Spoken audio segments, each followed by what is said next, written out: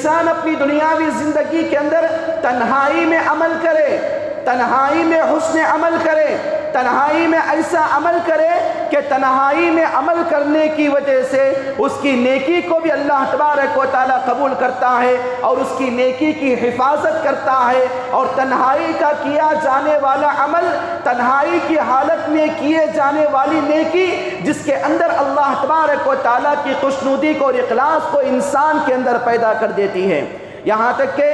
اسلاف اپنی دنیاوی زندگی کے اندر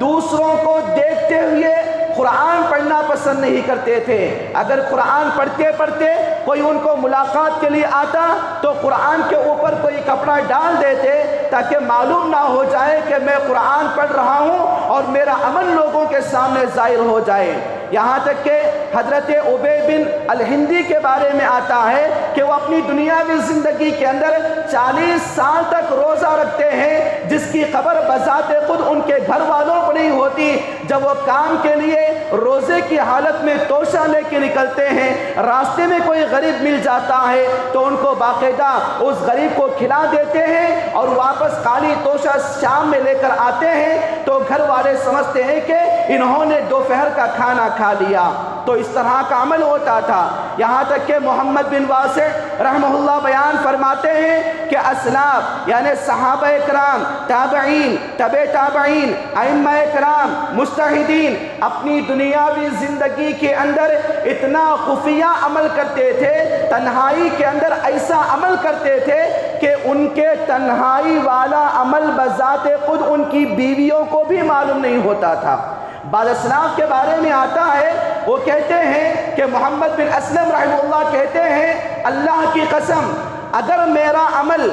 میرے نامہ اعمال لکھنے والے فرشتے کو نامعلوم ہونے کی جگہ اگر مجھے معلوم ہو جاتی تو میں ایسی جگہ جا کر عبادت کرتا کہ میرا عمل کسی انسان کو تو کیا کسی فرشتے کو بھی میرا عمل ہونے کے میں مکمل طور پر اس فرشتے کو بھی بے خبر کر دیتا۔ یعنی اعمال اس سے ایسے کریں کہ اعمال اپنی دنیاوی زندگی کے اندر تنہائی کے اندر کیے جانے والے اعمال ہی انسان کی زندگی میں کامیابی کی طرف لے جاتی ہیں۔ یہاں تک کہ اللہ کے نبی صلی اللہ علیہ وسلم کے ساڑو حضرت زبیر بن العوام رضی اللہ عنہ بیان فرماتے ہیں کہ من استطاع منکم ان یکون له قبعا من عمل صالح فلیفعل، کہ تم میں کا جو آدمی تنہائی کی زندگی میں نیک عمل کرنے کی طاقت اور استطاعت رکھتا ہے تو چاہیے کہ وہ آدمی عمل کر کے بتائے۔ اور حضرت عبداللہ بن مسعود رضی اللہ عنہ نے بڑی اہم بات بتائی جو آج میری اور آپ کی زندگی کے اندر ہماری اصلاح کے لیے بہت ہی زیادہ ضروری ہے۔ حضرت عبداللہ بن مسعود رضی اللہ عنہ کہتے ہیں من صلی صلاة عند الناس لم يصلي مثلها اذا انقلع فهي استهانة به ربها۔ حضرت عبداللہ بن مسعود رضی اللہ عنہ کہتے ہیں کہ تم میں کا کوئی آدمی جب جماعت کے ساتھ ہوتا ہے، لوگوں کو دیکھتے ہوئے نماز پڑھتا ہے، لمبی لمبی نمازیں، لمبے لمبے سجدے اور رکوع لوگوں کے درمیان پڑھتا ہے، اگر وہ آدمی جب تنہائی میں ہوتا ہے تو اس آدمی کو چاہیے کہ لوگوں کے دیکھنے کے واسطے اس نے جیسے لمبی لمبی رکعتیں نمازیں رکوع اور سجود پڑھا ہے ویسے ہی اکیلے پن میں تنہائی کے وقت میں اللہ کے لیے ان چیزوں کو انجام دینے والا بنے۔ لیکن اگر کوئی آدمی بھرے مجموعے کے درمیان لوگوں کو بتانے کے لیے لمبی لمبی نمازیں پڑھ لیتا ہے، تنہائی کے اندر وہ کام نہیں کر سکتا تو گویا کہ اس نے اپنے اللہ کے ساتھ اس عمل کے ساتھ توہین کیا ہے، اللہ کو توہین کیا ہے، کیونکہ لوگوں کو خوش کرنے کے لیے لمبی نمازیں پڑھ لیا ہے لیکن جب تنہائی میں ہوتا ہے تو اللہ کو یاد کرنے والا نہیں ہوتا۔ اسی لیے اپنی دنیاوی زندگی میں جہاں تک ہو سکے اپنے اعمال کو تنہائی کے عالم میں زیادہ کریں۔ تنہائی کے عالم میں کیے جانے والے اعمال قابل قبول ہوتے ہیں، اور جیسا کہ حضرت امام ابو حازم رحمہ اللہ فرماتے ہیں اخفی حسنتک کما تخفی سیئتک، اے لوگو تم اپنی نیکیوں کو لوگوں سے چھپائے رکھو جیسا کہ تم تمہارے گناہوں کو لوگوں کے سامنے چھپا کر رکھتے ہیں۔ ہم آدمی اپنی دنیاوی زندگی کے اندر اپنے اعمال کو بتانے کے لیے، ریاکاری کے لیے، شہرت کے لیے،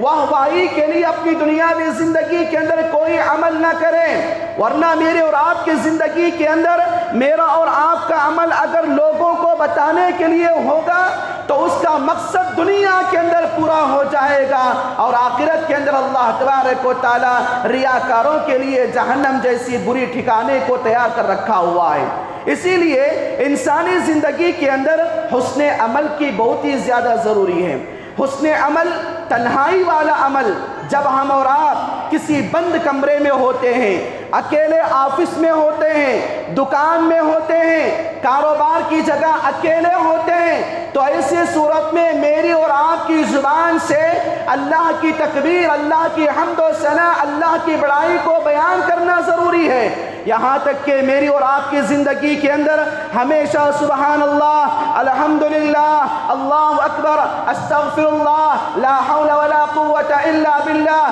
سبحان اللہ وبحمدہ، سبحان اللہ وبحمدہ، سبحان اللہ العظیم، اس طرح کے کلمات میری اور آپ کی زبان سے جاری ہونی چاہیے۔ جیسا کہ اللہ کے نبی صلی اللہ علیہ وسلم نے فرمایا کہ جو آدمی اپنی دنیاوی زندگی کے اندر سبحان اللہ اپنی زبان سے ایک مرتبہ بول لیتا ہے، اللہ کے نبی صلی اللہ علیہ وسلم نے خوشخبری سنایا کہ ایسے آدمی کے لیے کتبت لہ 20 حسنہ، اس آدمی کے لیے 20 نیکیوں کو لکھا جائے گا، وحطت عنہ 20 سیئہ، اور ایسے آدمی کے 20 گناہوں کو مٹا دیا جائے گا۔ سبحان اللہ، سبحان اللہ بول لیے، الحمدللہ بول لیے، اللہ اکبر بول لیے، لا الہ الا اللہ بول لیے۔ ان 4 کلمات کے بولنے کی وجہ سے ایک آدمی کی زندگی کے 90 گناہوں کو اللہ تعالیٰ معاف کر دیتا ہے، اور 90 بندگیوں میں، نیکیوں میں اللہ تبارک و تعالیٰ اضافہ کر دیتا ہے۔